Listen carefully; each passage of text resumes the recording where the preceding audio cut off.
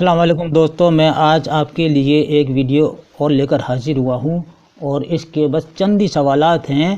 امید ہے کہ یہ سوالات آپ کو بہت اچھے اور پسند بھی آئیں گے، لیکن اس سے پہلے اگر آپ نے ہمارے چینل کو سبسکرائب نہیں کیا ہے تو ابھی سبسکرائب کر لیجئے گا اور بیل آئیکن کو پریس کر لیں تاکہ ہماری ہر نئی ویڈیو آپ کو سب سے پہلے مل جائے۔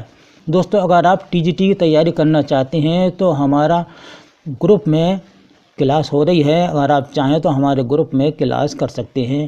اس کے لیے ہم آپ کو اپنا واٹس ایپ نمبر بتا دیتے ہیں 8477965321، اس پر آپ واٹس ایپ کیجئے گا۔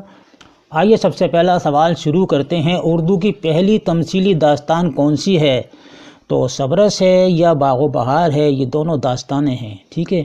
سبرس جو تو ملا وجی کی لکھی ہوئی ہے، باغ و بہار جو ہے تو میر امن کی لکھی ہوئی ہے۔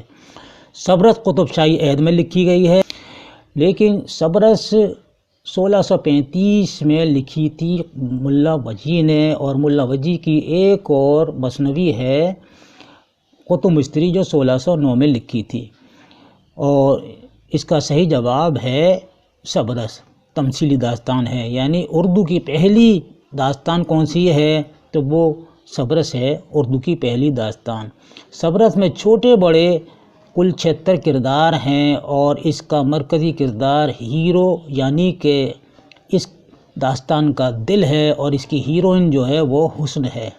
یعنی حسن اور دل کے عشق کی داستان سبرس میں ملا وجی نے پیش کی ہے۔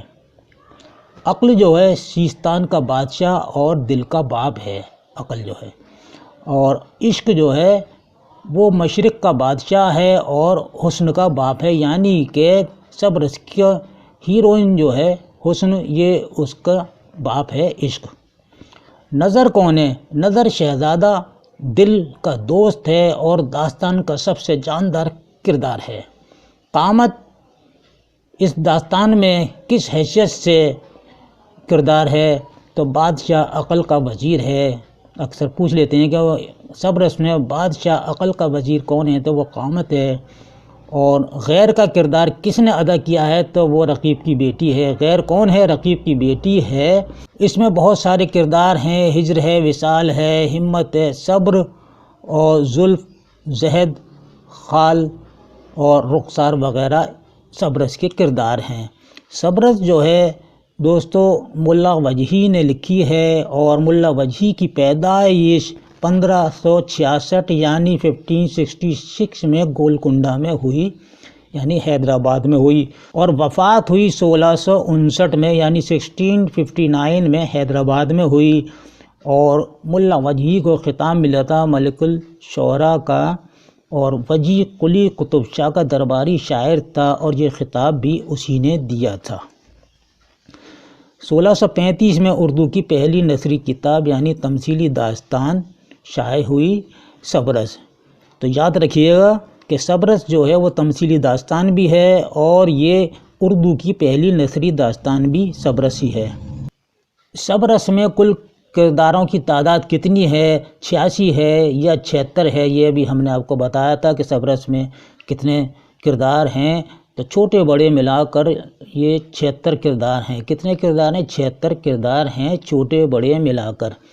دوستو، مولوی عبدالحق نے پہلی بار اکتوبر 1924 میں رسالہ اردو میں سبرس پر تفصیلی روشنی ڈالی، پھر اس کی اشاعت کا منصوبہ بنایا، اور 1932 میں انجمن ترقی دکن یعنی حیدرآباد سے پہلی بار عبدالحق نے شائع کی تھی سبرس کو۔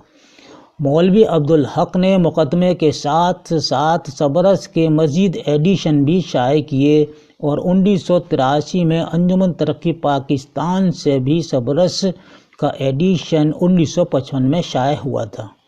تو یاد رکھیے گا دوستو، ہاں سبرس کی یہ اہمیت ہے۔ تیسرا سوال ہے باغ و بہار میں کل کتنے قصے ہیں؟ 5 ہیں یا 4 ہیں؟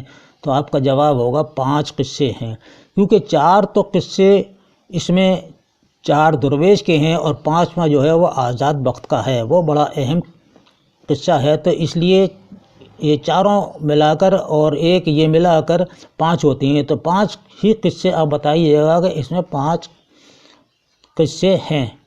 باغ و بہار کس نے تصنیف کی تھی؟ تو باغ و بہار تصنیف نہیں کی تھی، بلکہ باغ و بہار فارسی کتاب کا اردو ترجمہ ہے جو میر امن نے فورٹ ولیم کالج میں رہ کر ترجمہ کیا تھا۔ باغ و بہار 1801 میں میر امن نے لکھنی شروع کی اور 1802 میں مکمل کی اور 1803 میں پہلی بار کلکتے سے شائع ہوئی تھی۔ باغ و بہار سے پہلے میر عطا حسین تیسی نے نوطرز مرصع کے نام سے قصہ چہار درویش کا فارسی سے اردو میں ترجمہ کیا تھا 1775 عیسوی میں۔ باغ و بہار کا مرکزی کردار کون سا ہے؟ تو جواب دیجیے گا آزاد بخت کا ہے، اور باغ و بہار میں خواجہ سرپرست اور اس کے بھائی قصے کے اہم کردار ہیں۔ باغ و بہار کے بارے میں کلیم الدین احمد کی رائے ہے کہ سادگی با پرکاری بیک وقت جمع ہے اس میں۔ مولوی عبدالحق کہتے ہیں کہ اپنے وقت کی نہایت فصیح و شیریں زبان ہے، اور ڈاکٹر گیان چند نے بھی بڑے اچھے الفاظ میں تعریف کی ہے کہ میر اگر اہل زبان تھے تو میر امن خالق زبان تھے۔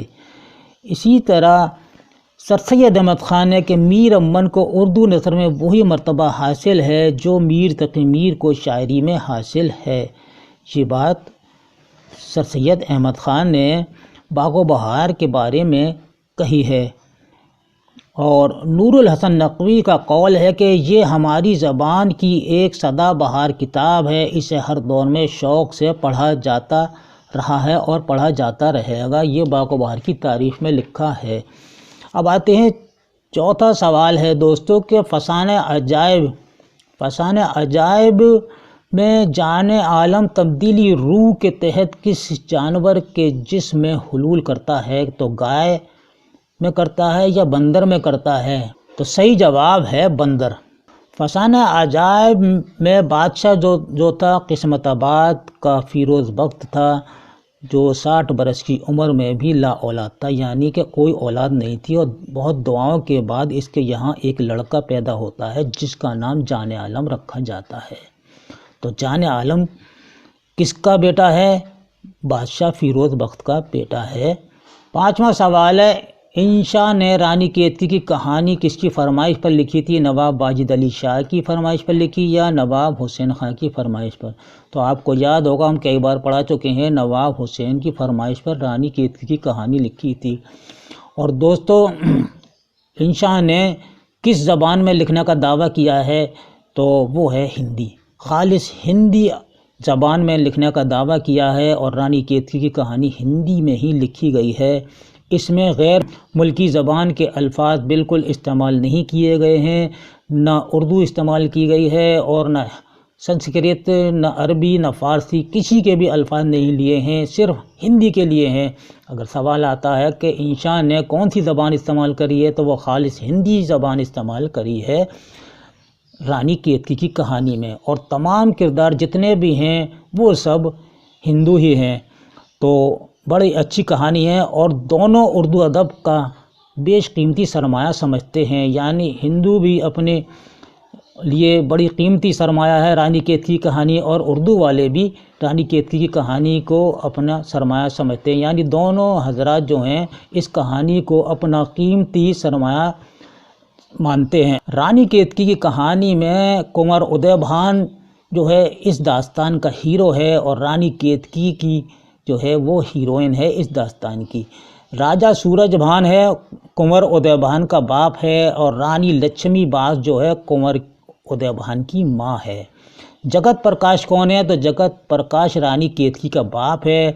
کاملتا کون ہے؟ تو وہ رانی کیتکی کی ماں ہے، یعنی کہ جگت پرکاش رانی کیتکی کا باپ ہے اور کاملتا رانی کیتکی کی ماں ہے۔ مدن بان رانی کیتکی کی کون ہے؟ تو رانی کیتکی کی سہیلی ہے، یعنی کہ ہمراز سہیلی ہے، اور سارے راز وہ اس کو بتاتی تھی، اور داستان کا سب سے جاندار کردار ان کی سہیلی یعنی کہ مدن بان کا ہی ہے۔ جوگی مہندر گر کون ہے؟ کہ یعنی جگت پرکاش کا گرو جو کیلاش پروت میں رہتا تھا۔ کہاں رہتا تھا جوگی مہندر گر؟ یہ جادوگر تھے تو کیلاش پروت میں رہتا تھا۔ راجہ اندر ہے، مہندر گر کا دوست ہے۔ کون ہے راجہ اندر؟ یہ مہندر گر کا دوست ہے۔ پھول کلی رانی کے تھی کہانی میں کون ہے؟ تو یہ مالن ہے، یعنی کہ اس نے مالن کا کردار ادا کیا ہے۔ اس طرح سے اس میں کردار دیے ہوئے ہیں۔ اب آتے ہیں مثنوی بحر المحبت۔ بحر المحبت کا مصنف کون ہے؟ تو آپ کا جواب ہوگا مصحفی۔ مصحفی جو ہیں اس کے مصنف ہیں، مصحفی نے ہی لکھی ہے۔ مصحفی اور انشاء کے ادبی چشمک رہے ہیں، اور شیخ غلام حمدانی مصحفی کا نام، اور مصحفی یعنی کہ تخلص 1748 میں امروہہ یوپی میں پیدا ہوئے، اور 1824 کو مصحفی کا دلی میں انتقال ہوا۔ اور 7واں سوال ہے دوستو، صبرس میں حسن کے غلام کا کیا نام ہے؟ خیال ہے یا غمزہ ہے؟ تو جواب دیجیے گا غمزہ ہے۔ تو صبرس ملا وجہی کی تصنیف ہے، اور یہ قطب شاہی دور کی داستان ہے، اور اردو کی پہلی داستان ہے، اور اردو کی تمثیلی داستان ہے صبرس، جو 1635 میں لکھی گئی تھی۔ تو دوستو یہ تھے آج کے مختصر سوالات۔ یہ سوالات آپ کو کیسے لگے؟ اپنی قیمتی رائے سے ہمیں ضرور نوازیے گا۔ اس کے ساتھ ہی اگلے ویڈیو تک کے لیے اجازت دیجیے۔ انشاءاللہ ایک نئے ٹاپک کے ساتھ پھر آپ سے ملاقات ہوگی۔ اللہ حافظ۔